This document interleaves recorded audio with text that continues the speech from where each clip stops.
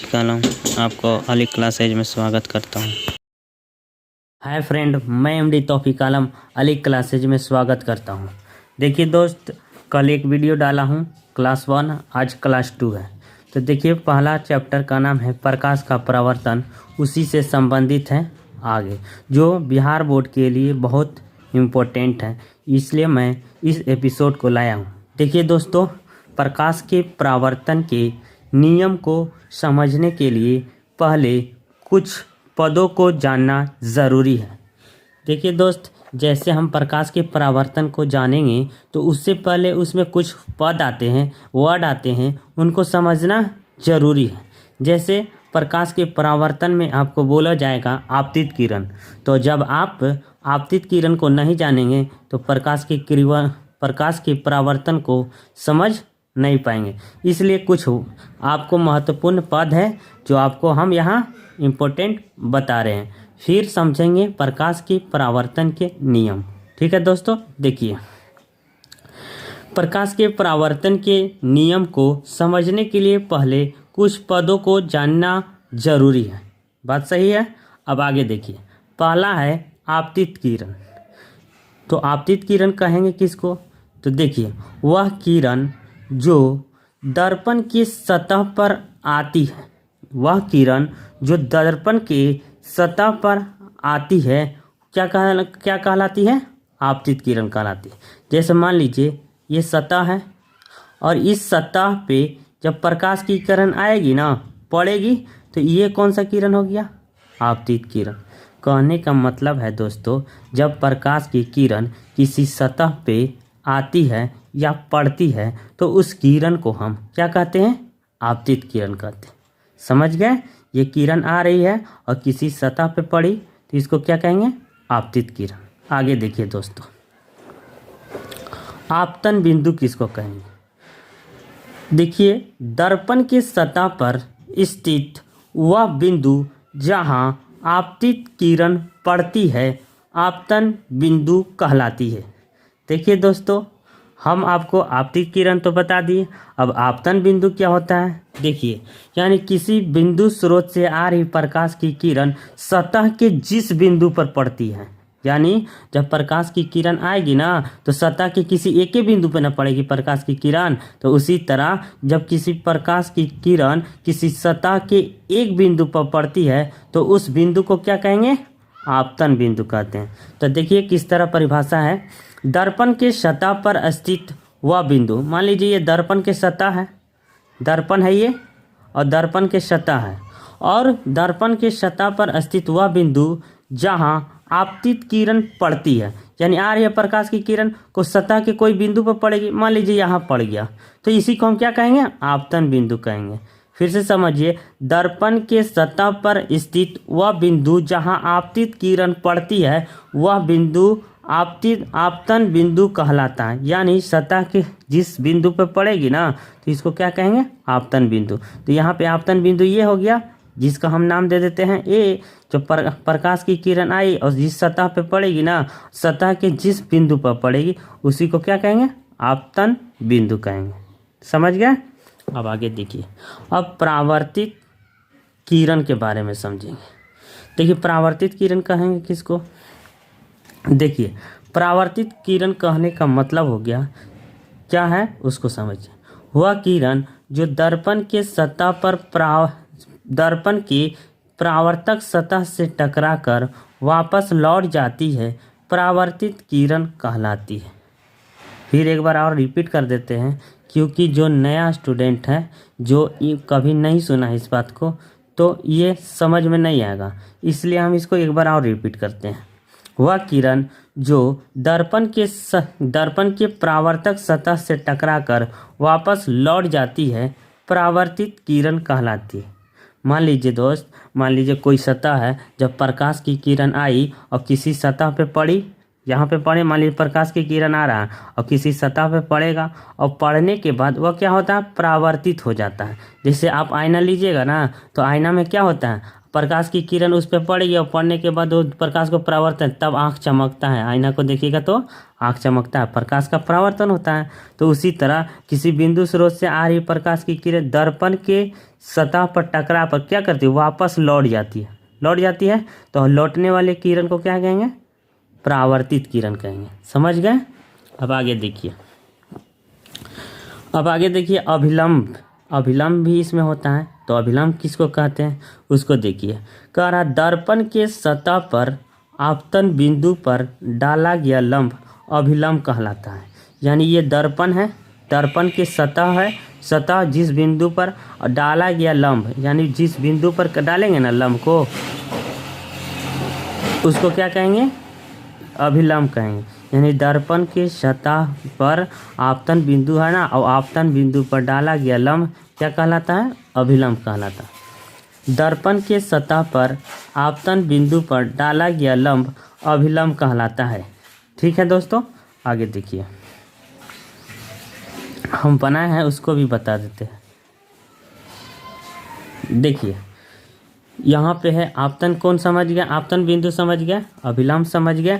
अब देखिए आपतन कोण जो हम बताए हैं नीचे, देखिए यहाँ पे प्रकाश की किरण आ रही है तो इसको आपतन किरण कहेंगे। प्रकाश की किरण दर्पण सतह पर पड़कर वापस लौट गया तो इसको क्या कहेंगे, परावर्तित किरण कहेंगे। और आपतन बिंदु पर, यानी आप इस प्रकाश का सतह है यानी समतल दर्पण है, और समतल दर्पण यानी आपतित किरण सतह के जिस बिंदु पर पड़ेगी ना, उस बिंदु को क्या कहेंगे, आपतन बिंदु कहेंगे। याद रहेगा ना, आपतन बिंदु यहाँ O है, और आपतन बिंदु पर डाला गया लंब, ये जो लंब है इसी को क्या कहेंगे, अभिलंब कहते हैं। ठीक है दोस्तों, अब आगे देखिए आपतन कोण किसको कहेंगे, आपतित किरण और अभिलंब के बीच बना कोण आपतन कोण कहलाता है। तो देखिए ये आपतित किरण है और अभिलंब के बीच जो कोण बना ना, तो इसको क्या कहेंगे, आपतन कोण कहेंगे। आपतन कोण को हम I से डिनोट करते हैं, किससे, I से, याद रखिएगा।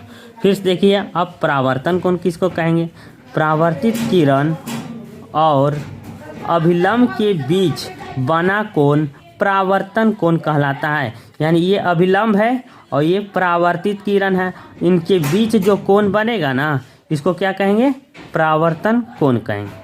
समझ गए। फिर से समझिए, आ रही है प्रकाश की किरण तो इसको आपतन किरण कहेंगे। सतह पर पड़ने के बाद जो किरण परावर्तित हो जाती है उसको परावर्तित किरण कहेंगे। यानी सतह, और आगे देखिए अब बिंदु स्रोत से आ रही प्रकाश की किरण जिस सतह के बिंदु पर पड़ती है उसको क्या कहेंगे, आपतन बिंदु कहेंगे। और आपतन बिंदु पर डाला गया लंब को क्या कहेंगे, अभिलंब कहेंगे। ठीक है, अगला देखिए, आगे देखिए अब देखिए प्रकाश के परावर्तन का जो नियम है वह समतल और वक्र सतहों के लिए क्या है, समान है।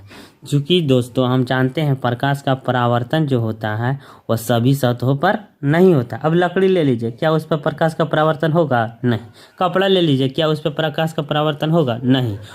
प्रकाश का परावर्तन चिकनी और चमकीली सतह पर होती है। तो उसी तरह से प्रकाश का परावर्तन का नियम समतल और वक्र सतह, वक्र मतलब होता है जो कुछ मुड़ा हुआ रहता है, गोला होता है, वक्र जो रहता है यानी हल्का मुड़ा हो जाता है। जैसे ये, इसको हम हल्का जो मुड़ा हुआ रहेगा ना, इसको वक्र कहेंगे। ठीक है, तो उसी तरह आप समझिए प्रकाश के परावर्तन का नियम समतल और वक्र सतहों के लिए क्या होती है, समान होती है।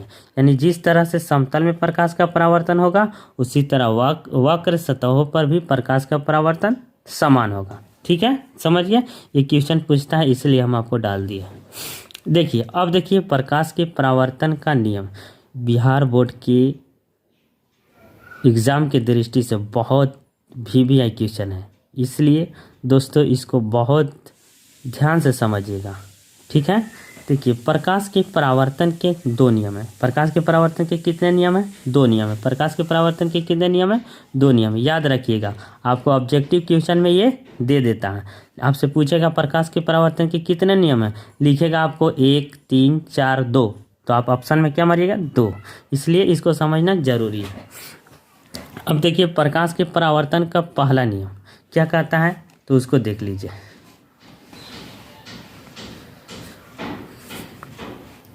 देखिए प्रकाश के परावर्तन का पहला नियम, आपतित किरण, परावर्तित किरण तथा आपतन बिंदु पर डाला गया लंब अभिलंब सभी एक ही तल पे होते हैं। तो आइए समझते हैं कैसे ही सही है।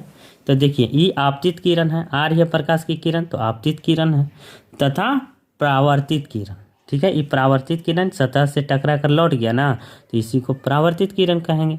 और आपतन बिंदु पर ये जो है बिंदु ओ, ये आपतन बिंदु है। क्यों? क्योंकि प्रकाश की किरण सतह के जिस बिंदु पर पड़ती है, यानी आ रही है प्रकाश की किरण सतह के जिस बिंदु पर पड़ती है ना, उसको आपतन बिंदु कहते हैं, ठीक है।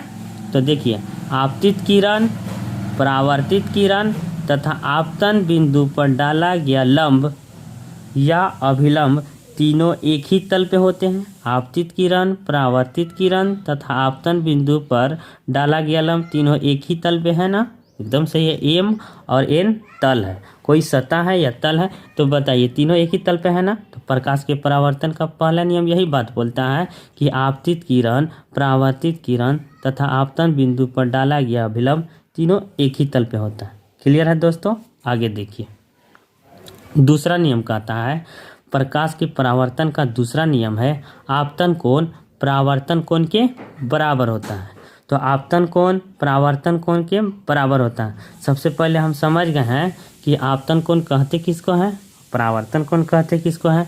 आपतित किरण और अभिलंब के बीच जो कोण बनेगा उसको आपतन कोण कहेंगे। अभिलंब और परावर्तित के बीच जो कोण बनेगा उसको परावर्तन कोण कहेंगे। और ये आपतन कोण परावर्तन कोण के बराबर होता है। आपतन कोण परावर्तन कोण के बराबर होता है। तो यहाँ पे कुछ पॉइंट है, कैसे कैसे हैं उसको देख लीजिए।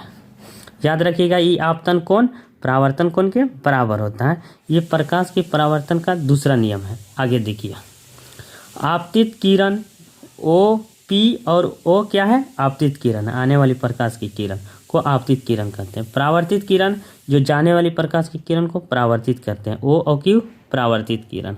आपतन बिंदु यानी प्रकाश की किरण जिस बिंदु पर पड़ती है, सतह के जिस बिंदु पर पड़ती है उसको आपतन बिंदु कहते हैं। आपतन बिंदु यहाँ पे ओ है, ठीक है। अभिलंब यानी आपतन बिंदु पर डाला गया लंब को क्या कहते हैं, अभिलंब। अभिलंब क्या है, ओ और ए, याद रहेगा ना। अब आगे देखिए आपतन कोण कौन है, तो देखिए पी यानी आपतित किरण और अभिलंब के बीच बना कोण आपतित कोण होता है या आपतन कोण। तो पी ओ ए क्या है, आपतन कोण है। समझ गए? एम ओ पी कभी